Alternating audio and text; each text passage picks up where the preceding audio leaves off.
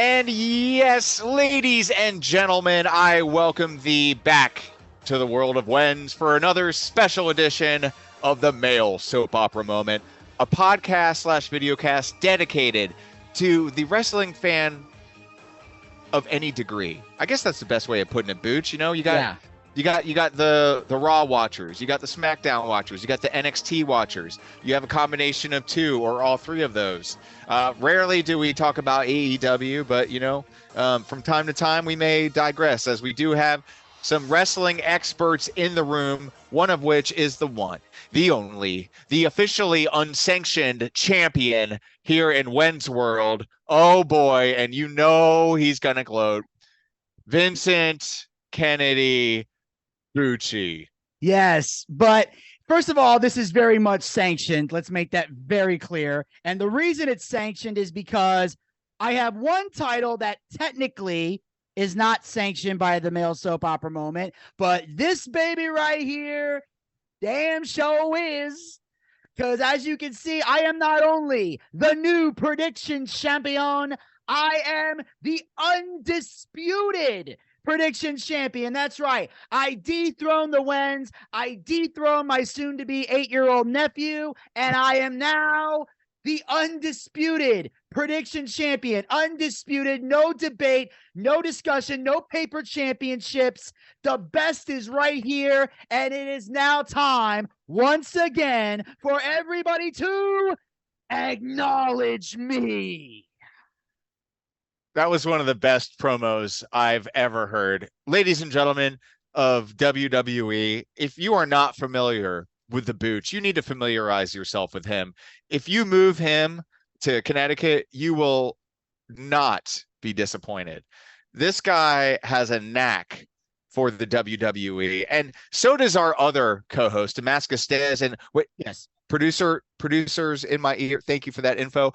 Damascus Dez is in parts unknown. He will join the show as soon as he can. Well, hopefully he's not getting attacked by a Yeti or a Wampa or some sort of monster from the Star Wars classics. But if he is, and we never see him again, he went out strong. Booch, I know. Oh, look at that. Tip of the hat. Speaking of tip of the hat and tip of the cap, ladies and gentlemen, if you ever find yourself in a situation where you want to celebrate somebody or salute somebody, maybe you're coming up on a friend, loved one, hated one, their frenemy anniversary, a birthday, congratulatory message. There's no better way, and I mean no better way than to get it personalized, not from me. You don't want that. What you really want is a personalized cameo. Yes, the word cameo, word up, from the one and only Vincent Kennedy Bucci. He's going to talk about how you get that done right stinking now.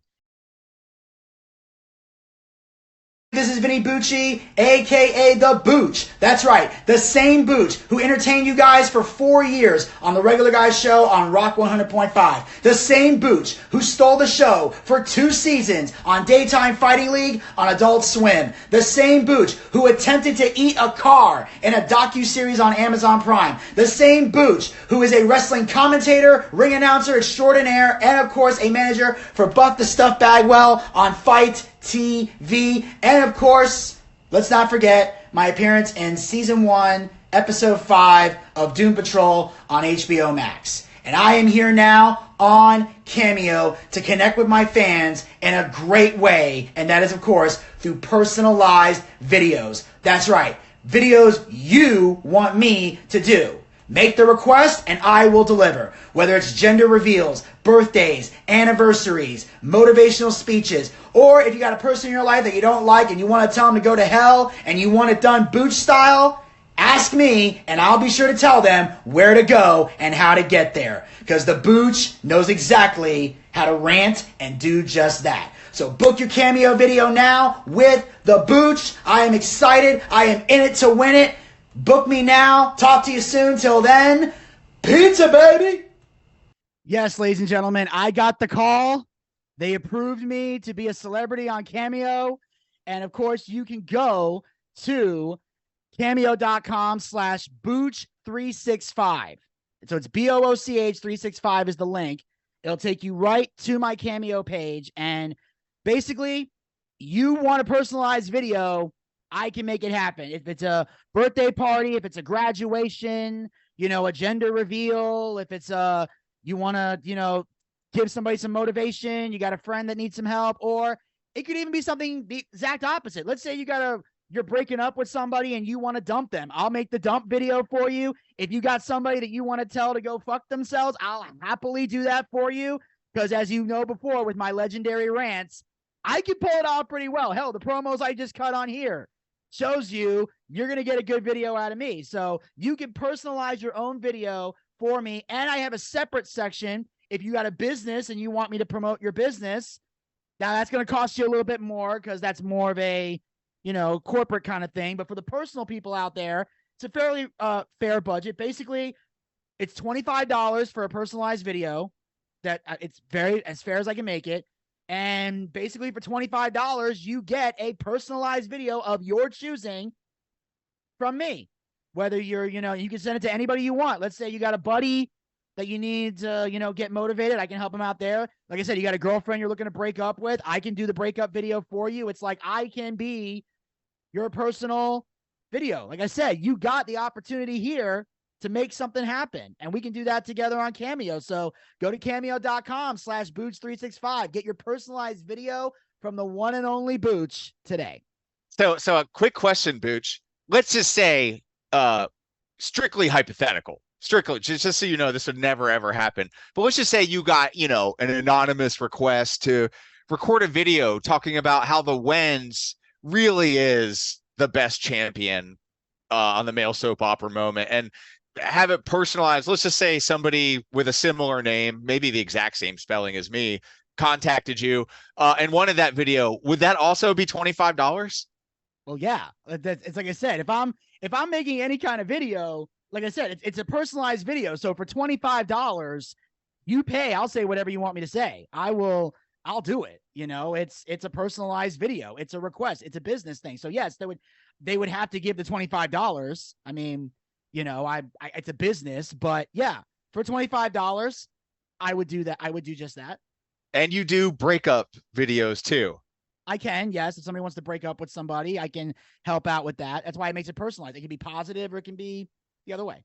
Okay, here's an entirely new business model to kind of pivot, right? That's been the word of the 2020 so far, pivoting. Instead of like honing in on breakups, you could be the bad guy in every office space. No HR rep wants to fire employees. Now, your HR department can do that and accomplish that through Booch Enterprises 365. I mean, yeah. Booch, duck your head. You can even call that number right behind you, 678-634-6672 to reach Booch 365. He's open 365 days. Plus, I think that other 0.25 day, he's also open for business. And what better way, really, to tell somebody to off, but also at the same time, maybe tell them you love them.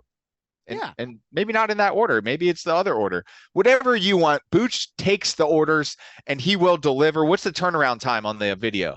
Well, it depends. There are some videos. It depends on which one you pick. On average with Cameo, when a celebrity is receiving a video, they get at least 7 days to get the video out. That's the deadline. But what about you? Me? I mean, I can get it done ASAP. Like, you know, like especially if you give me a 24-hour one, it will be done within 24 hours. That's usually my goal, is to get it done as fast as possible. Now, obviously, if God forbid I'm on a film set or there's a project going on, I will take advantage of those 7 days and definitely get it to you before it's up. But on average, I'll get it done that day if I can. Minimum a day, anywhere from 24 to 48 hours on average is how long it would take. And that's if I'm super busy. But if I'm not, boom, you'll get it. You'll get it within a couple hours if I have the time. Well, Booch will have some extra time right after WWE Payback because one of his shoulders is going to be slightly lighter. Because, ladies and gentlemen, yours truly will win back my prediction championship. Booch squeaked out, and I mean eked out a victory at SummerSlam against yours truly. And only because, as usual, the Wenz, being the romantic that I am, believe the absolute best about the bloodline and the fact that there would be no interference, that somehow Jay would pull it off, but Jimmy came in with a screw job, and here we are, removed as champion. But you know what? I went out there, I went on it 100% in on it. I have no regrets, and I'm looking to win this back in early September at Payback. We are going to talk about that in a future show in much more detail. There's only 3 matches right now for Payback. We are kind of sort of waiting on Damascus Dez coming up on that minute mark that our producer let us know he would join the show. So let's just get started. Let's talk about SummerSlam. It was a great pay-per-view. You know what? Even though I didn't retain my championship, I still thought it was an amazing pay-per-view. So, Booch, what say you? Why don't we go over the results, Yes. talk about how you actually won the championship, and we can start, if you want, with Logan Paul defeating Ricochet. I believe, if I'm not mistaken, all 3 of us selected Logan Paul to win that match. Is that correct? We were all in agreement on that. We were very much so. And I love this match so much. You guys have heard me for as long as I've been a wrestling fan, as long as I've been breathing on earth, basically, how much I don't like spot fest matches, how they make the business look fake because there's too much cooperation and it's supposed to be 2 people in the ring who hate each other. So it's never done properly. This is how you're going to, if you want to do a spot fest match, this is the proper way to do it. This is the first time in all my life I've seen it done properly. Logan Paul, to me, there is no more debate that he belongs in WWE. If after this match you're still doubting, it's because you hate Logan Paul as a person. You're still pissed off over that Japan stuff, and you just won't let it go. Like, you're holding the Logan Paul, you're holding the Japan grudge the way I hold a Miz grudge at this point, if I'm going to say that. So that being said, Logan Paul proved it by doing something. He did 2 things that modern wrestlers today have been incapable of doing. Number 1, he kept Ricochet on the ground. You notice Ricochet didn't do a lot of spots in this match, which is not normal for a Ricochet match. He was on the ground. He had to wrestle. He had to actually work. Ricochet proved that he can do it when he feels like it, which makes me even madder that he's choosing not to do it, which is worse than if you can't do it at all, in my opinion. But it was phenomenal. Not only that, when Ricochet did do his spots, Logan sold them properly. He didn't stand there like a dumbass waiting to catch Ricochet. What did he do? This is what you do. He would get thrown over the top rope. He hits the floor. He's slowly selling back up. As he's selling back up, Ricochet's bouncing off the rope, ready to do the dive. He's kind of collecting his thoughts. Then he slowly turns. And by the time he looks at Ricochet, he's already airborne. So it's like, where am I? Where am I? Where am I? Oh, crap. Boom. That's how you sell a dive. You don't supposed to see it coming until it's too late. It's like if you've ever, it's like when you watch a movie and a guy's getting hit by a car, you notice he kind of hits the ground in the street. He stands up, he looks, and by the time he gets up and looks, the car's already there. He can't move. Or like, have you ever seen Austin Powers, that scene where he's on the steamroller in Dr. Evil's lair? Sure. Yep, and that security guard is going, no, but the steamroller is like way far back there. And he's just sitting there. It's like, dude, you can move out of the way now. Like, go. Even Austin's like, dude, seriously, move out of the way. And he's like, no. And then he gets hit run over. That's what it's like watching Spot Fest wrestling. Take that scene and put it, that's basically modern wrestling. Logan Paul and Ricochet did it the right way. It was amazing. And I give all the credit to Logan Paul for being able to keep Ricochet grounded while also selling Ricochet's moves properly. Like, Ricochet, and I think, and I'll probably let Dez say this part, but Dez had a theory that Ricochet had something to say when he got backstage, but Dez was saying it during the live stream, so I'll let him do that. All right, so I assume that means I've been brought in properly. But no, Ricochet definitely got back there and said, that right there is how you prep for my fucking shit. That's it. You don't fucking stand there. You don't wait for me to do. No, you stay down. When you see me, and when you see me taking a step, then you start turning around to get into it. It's that simple. You don't make yourself, look like you're just fucking standing there. I've said for a long time, the people doing the flying moves aren't the problem. The people who don't know how to take them is the problem. Teamwork makes the dream work. Speaking of, you see the tribute and homage to Bray Wyatt died, apparently a heart attack. Really weird, sad, had an illness going on. God knows what was actually going on, but prayers Actually, for. we do know what happened. It has been released. The information is there. What happened was he had COVID earlier in the year, and that was why he originally stepped aside. And his heart, he had a pre-existing heart problem, and COVID exacerbated it. So he had a heart attack. Mm-hmm. And so for the last couple months, he's been rehabbing and getting better, and he thought his heart was. They finally thought his heart was going to be okay for him to be making a return. Then he had the heart attack from this condition. Yeah. So heart attack as suspected, reported. Sometimes when you hear that though, and somebody's so young, it kind of makes you wonder what the real deal is. We've heard about all these people with heart problems, especially after the dab and yada, yada, yada, but really sucks for him and his family. And God, he's so young. It's just terrible. But listen, he was just about to get written back into the storyline. Apparently Paul had him ready to go to get probably maybe brought back in as early as Payback. Who knows? But we'll never know. But definitely prayers for peace and joy for his soul and definitely for his family. We just recapped Logan Paul and Ricochet at SummerSlam. A little too early to get into some of the Payback matches. Only 3 posted. Some hearsay, but we're definitely going to collect ourselves and get to those predictions next week, right before the event. So let's talk about the match we all knew how it was going to pan out. LA Knight winning the consolation prize, the Slim Jim Battle Royal, a necessary move by WWE to keep fans at bay. Like you talk about January 6th, an insurrection. I feel like that fans would have stormed WWE headquarters on behalf of LA Knight had he not won anything at SummerSlam. So this is a step in the right direction. Obviously, it's not ideal for him. He'd like more, I'm sure, but this is obviously showing that they're moving toward him and going to propel him to the top of the ranks. And I don't disagree that he's not due.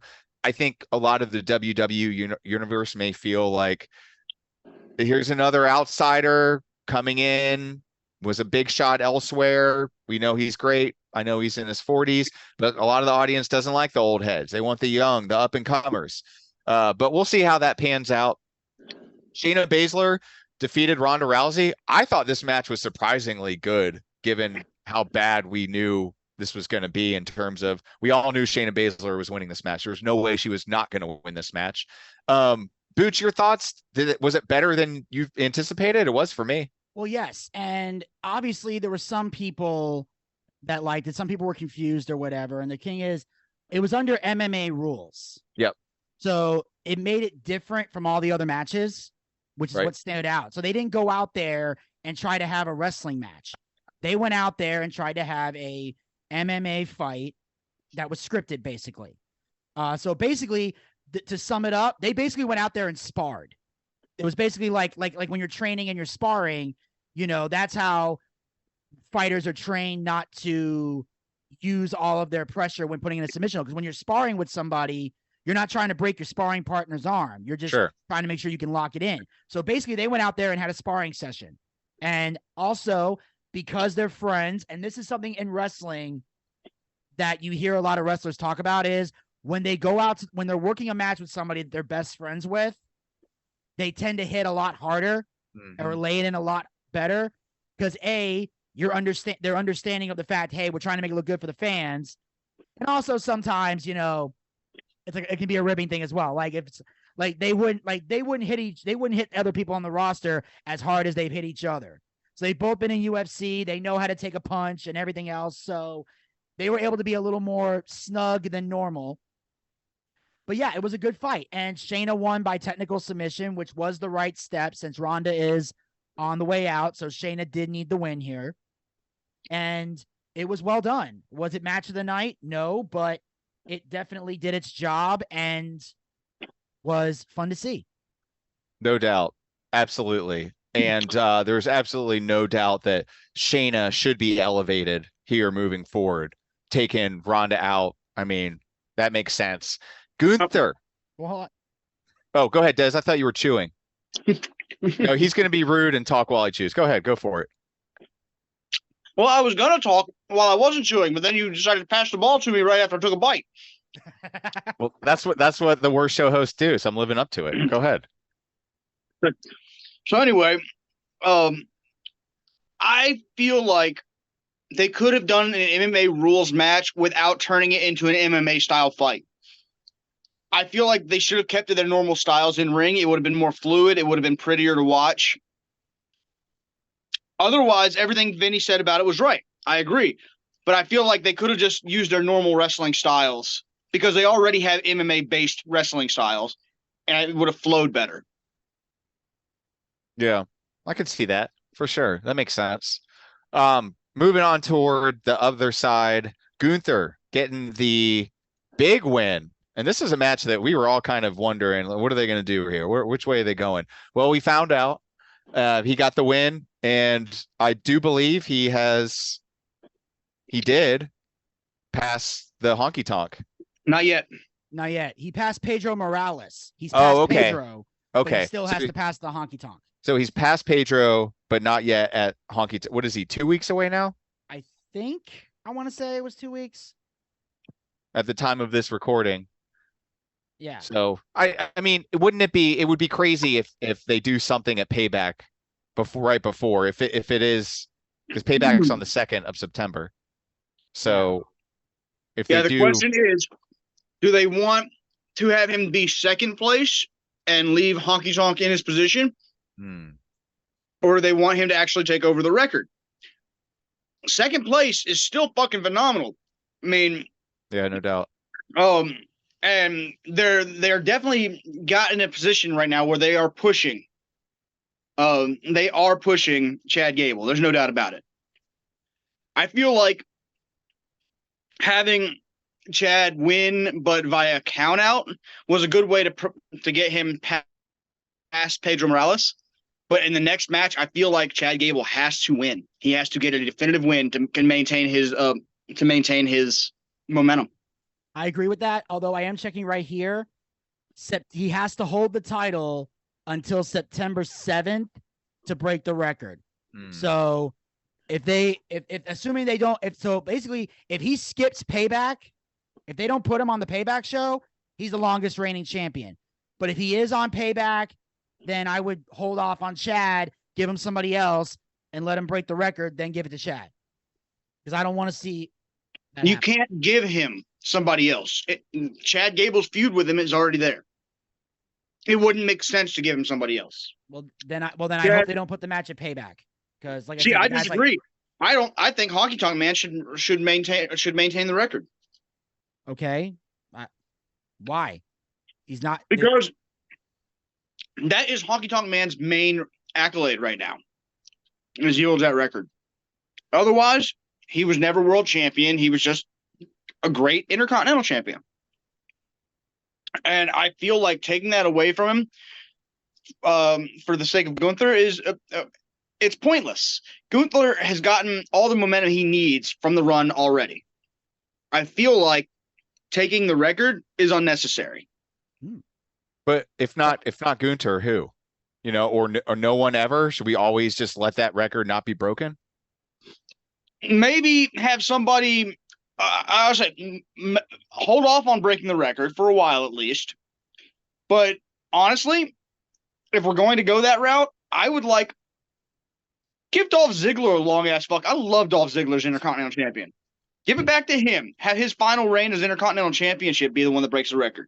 Or wait for a while and I would rather be a vet, somebody who's already established, break the record, than somebody who is coming up and becoming established. Don't use Honky Tonk Man as a stepping stone. Make it as a late career accolade. Yeah, we all know Dolph will never get his due, and so does he. So he's content. He's happy. Yeah, Dolph, he's happy. Dolph is happy where he's at. Yeah. So, but I don't think, to your point, it'll be interesting. We'll find out real soon what their plan is, because like I said, regardless, my main point is I would rather see it be somebody's late career accolade to break that record, sure, instead of it being using Honky Tonk Man as a stepping stone. That makes sense. Yeah, and I'm sure there's a camp that sees that. Loved your insights too. If you are listening to this clip, weigh in with your comments. What do you think about it? What would you do not only, as a fan, but also if you were a writer, how would you write this story? Or would it be somebody like Chad Gable coming in? Let him do it. Let him hold it for 500 whatever days and see what happens. So that's going to be interesting. We're going to find out the resolution to that. The next storyline was real interesting because we saw a title switch twice in a matter of 2 minutes, and that is, of course, ladies and germs, Bianca Belair defeating Charlotte Flair and Asuka, and then getting defeated by Io Sky. And I, for one, was shocked. I don't know why I was shocked. I should have seen this coming. I should have known that somebody was cashing in. But then I thought, oh my God, they realized they made a mistake. They're going to give it back to Bianca. They realized they made a mistake. They're going to do right by her. And then that was not a mistake. And then I heard that. Then I heard the music, and was just like, oh, okay, here we go. And it was beautiful the way the timing, the tension was there. Like, ring the bell, like. Do it. And I love it. She waited. She's on the top rope. She waited. It wasn't hasty. Everything was perfect about it. And Bailey's interaction, you coming out there with the briefcase, smashing heads. It was everything it needed to be and more. And I loved it. And even better for the Booch, Charlotte Flair is not the champion. Yes. And the best part is, not only is she not champion, I was able to win this without her becoming champion, so I don't have to hate myself in the morning. So, like, when Bianca Belair won, I breathed the biggest sigh of relief, despite the fact this was, and I'm not even saying this because Charlotte is in it. If you saw this, we're all in total agreement. Worst match of the entire night. Disappointment all around. It was a botch fest from hell. From hell, ladies and gentlemen. Yeah, I would say the best spot of this match was definitely the finish. And I loved the finish, other than the fact that Bianca won. I still feel like Asuka should have won and Io should have taken it from Asuka. Because if Asuka would have retained, it would have killed both Bianca and Charlotte's claim to the belt right there. And then Io would have had her thing with Asuka. But I feel like, having Bianca win it, that now, and then have Io take it from her. Now that we got another three-way situation where Asuka hasn't had a rematch, and Bianca's going to want a rematch. Well, you need somebody in the feud that can cut a promo, and Bianca's the one. So you need somebody to help tell the story. Otherwise, it'd just be beat downs. I feel like Bianca is a watered down John Cena, and I do mean watered down.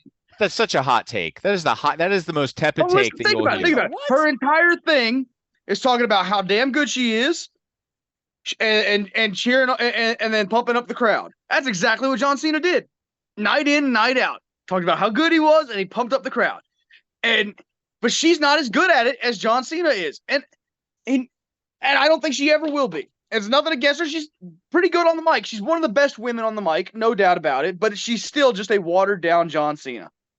But Jane Cena, all she needs is the jorts. According to Desmond, she just needs some jorts, and she's ready, and some orange and purple. About matches.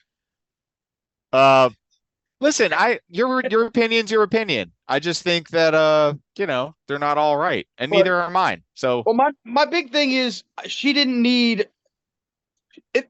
They didn't need to give her a one more number of a women's championship just to take it away from her. It's stupid. So now somebody's got to win it and lose it. Somebody's got to win it and lose it. Why not? Why not her? If Asuka had won it, she would not. If Asuka had won the triple threat match, she wouldn't have said it. Wouldn't have made her a one more time world champion. It would have remained that her number would have remained the same, and then she would have just lost it in the second match instead of the first. So you're saying they're giving Bianca undue a free tick. Elevation in the stat game. And that's the way they're going to play. I don't think she would be somebody to use that. I think she wouldn't, but the announcers will. Yeah, that's true. They always do. When they announce her, she will be a however many time women's champion because she won this title and then lost it 2 minutes later. That's a fair point. Yeah. I can't argue that. But we got to move forward for the sake of time. The only match that we haven't, or two matches we haven't discussed, let's save Cody and Brock for last. But before that, Seth Rollins defeating Finn Balor. This match was weird, man. It went so many ways, so many times. And it was like, oh, okay, Seth has got it. Nope. Finn's got it. Nope. Seth has got it. And so on, over and over. It was just a great match. I loved it. I loved feeling like I had no idea what was going to happen. Booch, what was your take on this one? I loved it until the finish. Up until the finish, this was well done. It told the story. They had a great match. There were callbacks to 7 years ago when Finn powerbombed Seth into the barricade, and it added insult to injury because Finn actually did it properly. So that made it even better. Seth at one point brought back the buckle bomb, which made me nervous. I hope that was a callback just for 7 years, and that move is well one and done. It's ironic. They got rid of the curb stomp. They thought that would be unsafe. Yet I would rather see the curb stomp than the buckle bomb any day of the week, because the curb stomp hasn't injured anyone. That's the difference. Right. Then in this match, like I said, phenomenal. Finn Balor's about to win. Out comes the Judgment Day. And then the curb stomp onto the briefcase. 1, 2, 3. Damian screws it up for Finn, and then they argue back and forth or whatever. And like I said, it was good until the finish. Finn should have walked out the world champion. I mean, we all knew it was going to happen, right? We all knew the Judgment Day was coming out. It was going to happen. Yeah, that's not the problem. The Judgment Day coming out is not the issue. It should have been Judgment Day comes out, Finn wins. That's it. And then we could draw out the breakup of the Judgment Day and eventually have Damian turn on Finn. That's fine. But Finn did not need another loss to Seth Rollins. It made no sense. There's no story. There's no good that comes from it. Finn needed this win. Now we just got Finn still mad that he was screwed out of the title 7 years ago and nothing works. It just doesn't make sense. It's bad storytelling. Does seem like Seth is the pet in H's pocket. It seemed that way for a very, very long time. If we all recall the days of Seth Rollins and Triple H, very, very tight-knit team there. And now he's building a family within WWE. So it's kind of like a weird thing, right? Agreed. It was a tough end, kind of like could see it coming. Judgment Day comes out. But to your point, Des, it's so hard to think that's actually going to happen, because 9.9 times out of 10, it always ends up backfiring in some way, right? Especially for the heels. It's like, oh, they meant to super kick somebody else and they duck, and then they Have you been watching a different Bloodline feud than I have? Wait, we're not talking about the Bloodline.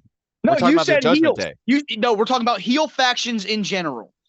You said 9 times out of 10. You said 9 times out of 10 it works out that way. No, it really doesn't. Eventually, the heel has to take the title for the face to win it back. But I'm not talking about wrestling storytelling 101. Listen, but you're not listening to me. You just want to talk. You don't want to listen. I'm saying, as far as this match goes, with these two guys, we all knew that the Judgment Day was going to come out. We all knew that it was going to, one way or the other, they were going to come out. I just think that when he did come out, it's always written like, oh, they're going to come out and screw the other guy, but they always end up seemingly to screw their own guy, advertently or inadvertently. It's just the way it happens. It's the way it goes. Same thing happened a couple times, though. Here's the thing: it hasn't been. This has not been an ongoing thing. At least before this, at least before the pay-per-view, it had only happened like twice, at all. In like very recent past, like two examples that we've right. But that also is the point of a redemption point.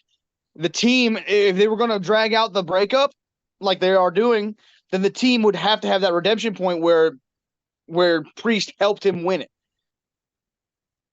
That would be the redemption point that kept the team going long enough to drag the breakup out longer. Yeah. Well, we all know that the breakup is happening faster than we can even say breakup. Speaking of, Benny Bucci will do your breakups for you. We discussed that earlier in the show, but just another quick reminder in case you're kind of wondering, like, oh, this now would be a good time, after this podcast to link up with Booch and have him do your dirty work for you. And the last match that we got to get to here, because time is running out, is Cody Rhodes defeating Brock Lesnar. Glorious match, amazing match, everything that it could have been and more. What do you guys think? Anything to add to it? I mean, it was a great match. Loved it. This was done. This was wrestling done right. It was a story. It was amazing. It was hard hitting. It was what it needed to be. Brock and Cody having a fight. Even the whole thing about Brock throwing Cody, like F5 and Cody, or throwing Cody out of the ring, or keeping him out of the ring. Brock trying to get a count out victory because he feels like he has nothing to prove. Basically telling Cody, stay down, boy, stay down.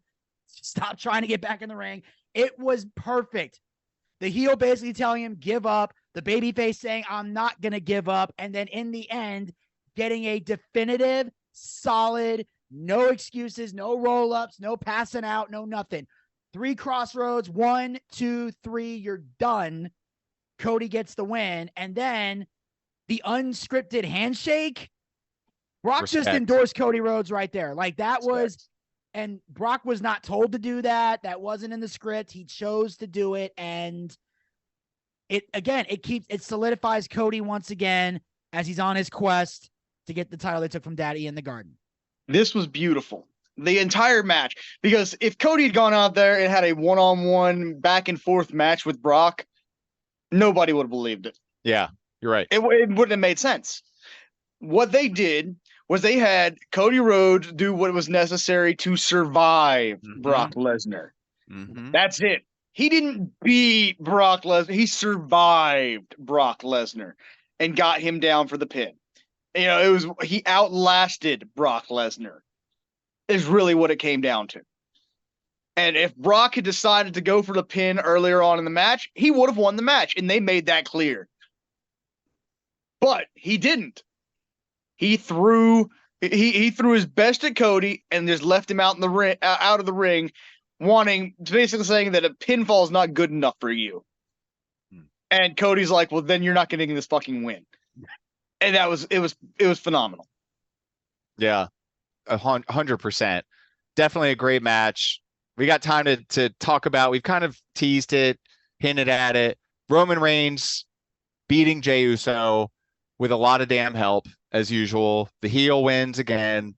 They wrote it well. It was great, but it weakens Roman Reigns to me. It weakens him, and it shows that he is extremely beatable. And in my opinion, if somebody like Jey Uso almost beat him, despite the odds, despite being beat up by Solo, despite being beat up by his brother, being distracted by Paul Heyman, all the forces against him, right? Yeah, it just shows that Roman Reigns isn't that great. He's not that great. Which is the point. That is exactly the point. Right. At this point, it is time to take the mystique away from Roman so that they can set up for him to finally lose it. Yep. And from what I understand, he's supposed to lose it at WrestleMania 40. So whatever. In Philly. WrestleMania turns 40 in Philly. Yes. And what made this great was, and it all goes back to, and Des and I talked about this off camera, the callback to Cody when they fought last year. He told Roman that one by one, he was going to lose his bloodline. The tribe everyone's going to walk away and you're going to be all by yourself. And that's the story that needs to be told.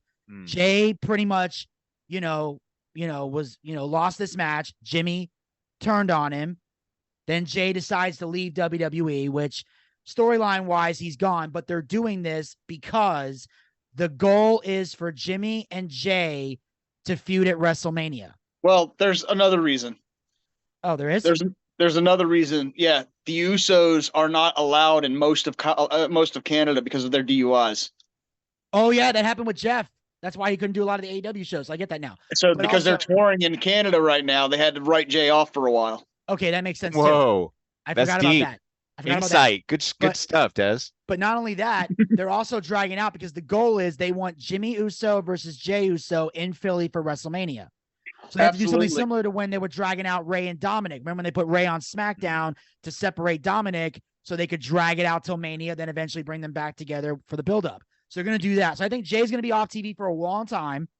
When we get closer to WrestleMania, probably the Rumble is when he'll come back, probably throw Jimmy out, and then that'll set up to build for Mania, and then they have their match. But also, if you notice in the tribal combat, there was dissension for a moment between Roman and Solo. So I think they gotta have a feud. They're gonna have they're gonna have something happen with Roman doing something else, and then Solo is going to be the one to finally break up and say, "Look, motherfucker." Now, then he'll be the next feud at the Royal Rumble, or maybe have their feud end at the Royal Rumble. Yeah, maybe at Royal Rumble, Survivor Series, whatever. So it's gonna be Solo, and then that's just Roman and the Wise Man, Paul Heyman. So now they got to do something to make the Wise Man go away, where by the time they get to Mania, it's just Cody and Roman and no one else. And that's when Cody finally finishes the story. But they got to get rid of the bloodline first. And they've already had, because Jimmy, unless something happens tonight on SmackDown, and I say tonight at the time of recording this, Jimmy's still not back with the bloodline. He just turned on Jay. He's not rejoining the bloodline.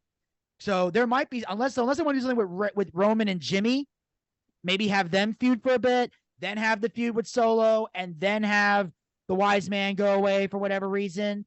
And then it's Cody and Roman by themselves, however they want to do it.